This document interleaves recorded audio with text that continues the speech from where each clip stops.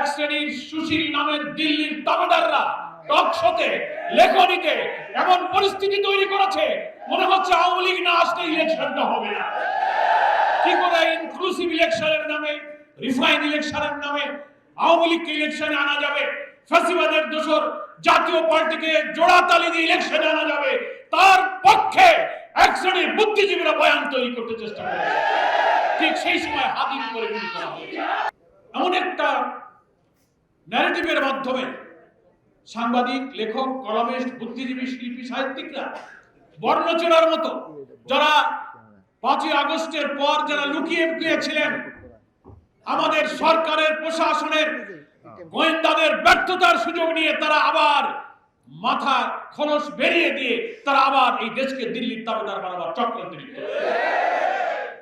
তারই অংশ হিসাবে আমি মনে করি আমাদের স্নেহস্পদ সন্তান এই হাদিকে খুন করার জন্য তাকে গুলি করা হয়েছে। তার জীবন সংকটাপন্ন। আমরা জানতে পেরেছি তাকে চিকিৎসার জন্য আজকেই হয়তো বাইরে পাঠাবার চেষ্টা করা হচ্ছে। সারা দেশ, সারা দুনিয়া এই জুলাই বিপ্লবের যারা অংশীদার, ফ্যাসিবাদ বিরোধী আন্দোলনের যারা অসাধারণ ভূমিকা রেখেছিলেন, তারা সকলেই প্রাণ খুলে হাদির সুস্থতার জন্য, আরোগ্যের জন্য মহান আল্লাহর কাছে তারা চোখের পানি ফেলছেন, দোয়া করছেন।